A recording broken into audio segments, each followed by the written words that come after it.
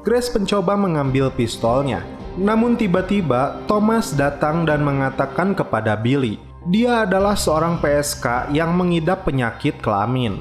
Thomas tidak mau Billy tertular. Halo guys, selamat datang kembali di channel Broview Series. Masih dengan saya Stephen yang akan menjelaskan alur ceritanya. Oke guys, kita akan melanjutkan kembali alur cerita film dari Peaky Blinders dan sekarang kita masuk ke episode yang keempat. Tapi sebelum masuk ke ceritanya, seperti biasa jangan lupa siapkan kopi dan woodbray untuk menemani kalian dalam menonton alur cerita film ini. Dan tidak usah berlama-lama lagi, langsung saja kita masuk intro.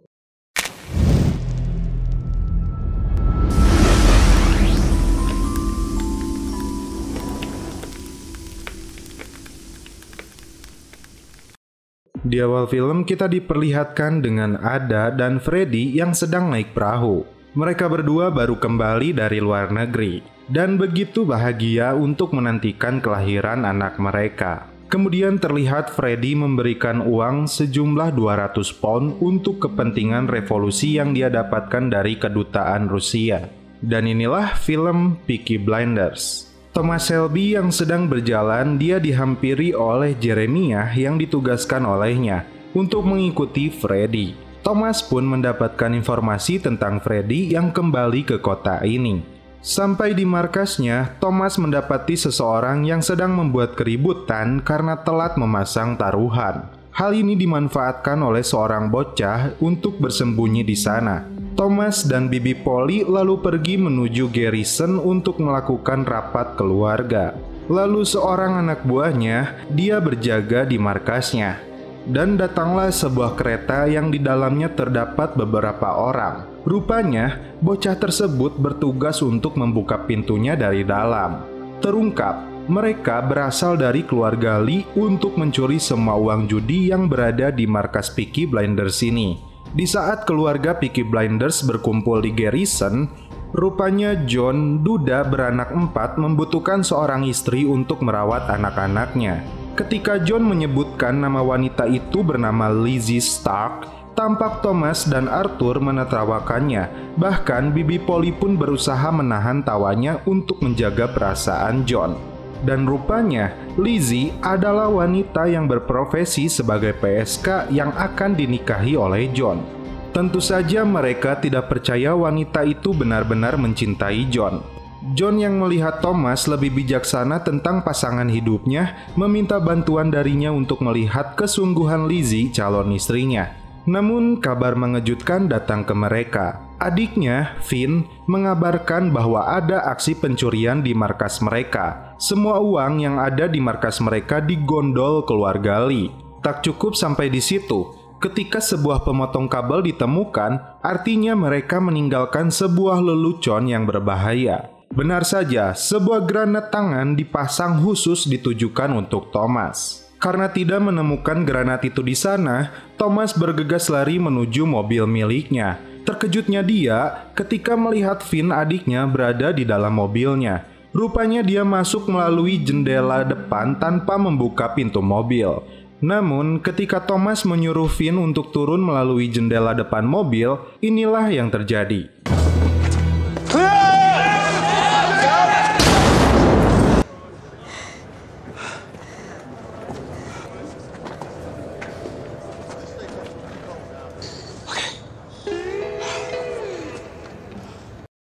Di keesokan harinya, Thomas dibantu temannya Johnny mendatangi markas keluarga Lee untuk melakukan negosiasi dan gencatan senjata. Terungkap, keluarga Lee dipimpin oleh seorang wanita. Cerdiknya seorang Thomas, dia memberikan sebuah peluru yang telah diukir nama Kimber. Artinya, Thomas bisa saja mengadu dombakan keluarga Lee dengan Billy Kimber, atau menerima perjanjian untuk melakukan gencatan senjata yang ditawarkan oleh Thomas. Thomas memerlukan anak buah klan Lee untuk membantunya dalam memerangi Gazey yang telah memanipulasi judi pacuan kuda. Terungkap pula dari pihak ibunya Thomas, ternyata mereka adalah bersaudara. Penawaran Thomas pun sepertinya diterima oleh keluarga Lee.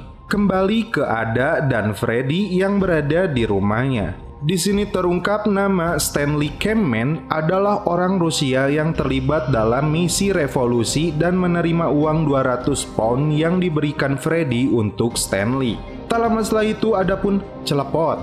Informasi ini lalu disampaikan Ada kepada Baby Polly, lalu diteruskan kepada Thomas berikut alamat si Stanley. Thomas lalu bertemu dengan Inspektur Campbell tentang informasi ini. Menurutnya, Stanley jauh lebih berbahaya daripada Freddy. Terlebih, dia sedang memegang uang tunai sejumlah 200 pound yang diberikan pemerintah Rusia kepada Partai Komunis untuk melakukan revolusi. Penangkapan terhadap Stanley akan sangat berharga bagi kepolisian, bahkan Inspektur Campbell bisa mendapat penghargaan. Namun, Campbell kembali memperingatkan Thomas untuk menunjukkan tempat persembunyian senjata itu karena Menteri Churchill sudah mendesaknya. Jika Thomas tidak segera melakukan kesepakatan ini, maka seluruh keluarga Peaky Blinders akan ikut terancam. Mendengar ancaman tersebut, Thomas terpancing dan mengeluarkan senjatanya. Campbell lalu menjalankan aksinya. Dia menangkap Stanley sesuai alamat yang diberikan oleh Thomas berikut uang 200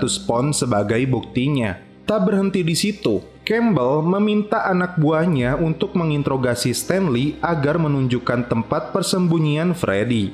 Bertemu dengan Bibi Polly di makam ibunya Freddy, Bibi Polly yang sangat menyayangi Ada seperti anak kandungnya sendiri meminta Freddy membawa kembali keluar kota. Karena faktanya polisi akan memburunya setelah menemukan Stanley dan barang bukti uang tersebut. Freddy yang tidak bodoh, dia merasa santuy saja karena Stanley pun tidak tahu tempat persembunyiannya dan itu adalah cara kerja mereka. Watak keras yang dimiliki oleh Freddy membuatnya tidak peduli dengan nasihat Polly. Freddy hanya kecewa dengan perbuatan Ada yang membocorkan misi mereka. Lalu terlihat anak buah Campbell yang menyiksa habis-habisan Stanley untuk mengungkap tempat persembunyian Freddy hingga Stanley tewas di sana. Kembali ke Thomas yang didatangi langsung oleh Billy Kimber dan akuntannya Robert untuk melihat markas mereka. Laporan dari Robert, Peaky Blinders telah melakukan pekerjaannya dengan baik, sehingga dalam 8 kali balapan terakhir, Billy mendapat keuntungan. Rupanya, kedatangan Billy untuk memberikan sebuah surat penting kepada Thomas. Dan mereka sekarang memiliki trek balapan legal pertama. Atas pencapaian ini, semua keluarga Selby pun bersorak. Sekarang saatnya kita menyaksikan aksi dari Grace, si cantik yang menjadi agen rahasia. Dia berusaha mencari informasi tempat persembunyian senjata BSA. Untuk menutupi aksinya, Grace akan memberi masukan tentang fasilitas penyimpanan hasil rokok curian mereka agar tidak basi. Arthur bahkan menyebut Tommy memerintahkan tempat persembunyian terbaik mereka adalah di sebuah dekat kapal minyak berlabuh. Dan posisinya selalu berada di persimpangan agar lebih banyak jalan keluar. Informasi ini Grace teruskan kepada Campbell yang langsung melakukan investigasi di beberapa gudang yang dicurigai sesuai informasi yang Grace dapatkan dari Arthur. Namun ternyata hasilnya nihil. Grace yang akan pulang, dia sangat terkejut ketika Thomas langsung mengatakan bahwa Grace banyak bertanya kepadanya tentang jalur bisnis mereka. Ungkapan Thomas ini sempat membuatnya ketakutan dan misinya akan terbongkar. Lalu Thomas membawanya ke gereja. Di sana, Thomas bertanya, "Apakah kau Katolik?" Grace pun menjawab, "Iya." Di sini Thomas menemukan kelebihan dari Grace yang pandai melakukan hitungan dan merapikan pembukuan. Ketika Billy Kimber mempunyai seorang Robert, maka Thomas membutuhkan Grace sebagai akuntan bisnisnya. Namun Grace kembali dibuat khawatir ketika Thomas mengatakan dia adalah seorang pembohong. Rupanya yang dimaksud bohong itu adalah agama dia bukanlah seorang Katolik. Karena biasanya seorang Katolik akan membuat tanda salib saat memasuki gereja. Dan Thomas menyimpulkan Grace sebagai Protestan. Mendengar hal itu, Grace pun langsung plong dikarenakan identitas aslinya masih aman. Penawaran Thomas langsung diterima oleh Grace dan mereka pun akhirnya celepot. Kali ini, Thomas dengan mobilnya mengajak Lizzie untuk naik dan berbincang dengannya. Di mobil itu, Thomas sambil mengeluarkan sejumlah uang untuk kado pernikahan dirinya dengan John. Terungkap di sini, setelah perang selama 2 tahun, Lizzie yang seorang PSK selalu melayani Thomas untuk celepot. Lizzie mengatakan bahwa dirinya sungguh mencintai John dan sudah berubah. Thomas kemudian mengetes Lizzie untuk celepot terakhir kalinya. Dia melihat mata Lizzie selalu melirik uang yang diberikan Thomas untuknya. Mendengar permintaan itu, Lizzie pun menyetujui untuk terakhir kali celepot dengannya. Dan mendengar jawaban Lizzie, itu membuat kesimpulan bagi Thomas bahwa Lizzie belum berubah. Thomas pun mengusirnya dan membuat Lizzie marah. Kembali ke Grace yang terus memberikan informasi kepada Campbell tentang perkembangan dirinya di markas Peaky Blinders. Khususnya, Thomas yang memberi pekerjaan baru sebagai akuntan dan sekretarisnya. Campbell kembali mengingatkan Grace untuk berhati-hati dalam tugasnya. Kembali ke Thomas yang memberitahukan kepada John tentang penilaian Lizzie yang sudah dilakukannya, terutama tentang uang yang dia berikan untuk celepot yang diterima oleh Lizzie. Thomas memberikan keputusan sepenuhnya kepada John. Dia pun lalu pergi ke Garrison untuk memberikan surat kontrak pekerjaannya. Grace yang ingin merayakan hal ini mengeluarkan minuman terbaik untuk mereka. Namun Thomas menyuruh menundanya untuk hari spesial. Thomas meminta Grace memberikan surat undangan kepada Ada di tempat persembunyiannya. Malamnya, Thomas terkejut karena di kamarnya terlihat ada seseorang yang mencurigakan, namun rupanya itu adalah John. Dia sedang frustasi karena gagalnya pernikahan dengan Lizzie. Thomas lalu menghiburnya dengan lelucon logat kakeknya terdahulu. John cukup terhibur mendengar hal itu.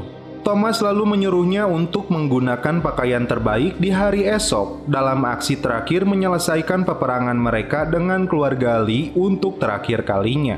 Di keesokan harinya, Arthur, Thomas, dan semua anak buahnya bersiap dengan persenjataan mereka. Namun hal mengejutkan terjadi. Ketika Arthur meminta mereka menyelipkan sebuah bunga di jas mereka, John langsung terkejut dan marah ketika Thomas telah menjodohkan dirinya dengan seorang gadis dari keluarga Lee.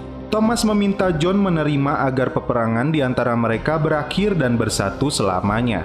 John dengan berat hati menerima hal ini, meskipun dia khawatir wanita yang akan dia nikahi adalah seorang mama. Kemarahan John berubah 180 derajat ketika melihat gadis tersebut yang nyatanya beautiful. John pun terlihat senang, begitupun Ada yang hadir di sana, dan akhirnya John pun celepot. Pesta perayaan keluarga dua gangster ini pastilah dihadirkan minuman keras. Termasuk Ada yang sedang hamil besar membuatnya mabuk dan berjoget tidak terkendali. Dan naasnya, karena hal tersebut membuat ketubannya pecah, dan sontak Thomas bergegas membawanya ke Paraji karena zaman baheula belum ada bidan atau dokter kandungan. Ketika Ada sedang sibuk melakukan proses persalinan, para pria malah dengan santuйnya minum dan udbray. Freddy yang mendengar Ada lagi melahirkan, dia bergegas lari ingin melihatnya. Akhirnya bayi laki-laki itu pun lahir dengan selamat. Freddy pun bahagia. Kebahagiaan Freddy dan Ada tidak berlangsung lama. Sejumlah polisi tiba-tiba datang untuk menangkap Freddy. Bibi Polly yang datang ke bar langsung memarahi Thomas dan menamparnya karena dianggap berbohong. Berita kebahagiaan sekaligus kesedihan datang kembali untuk keluarga Peaky Blinders. Tamparan Bibi Polly, tatapan si cantik Grace, dan terkejutnya Thomas menutup episode 4 ini. Dan cerita berlanjut ke episode 5.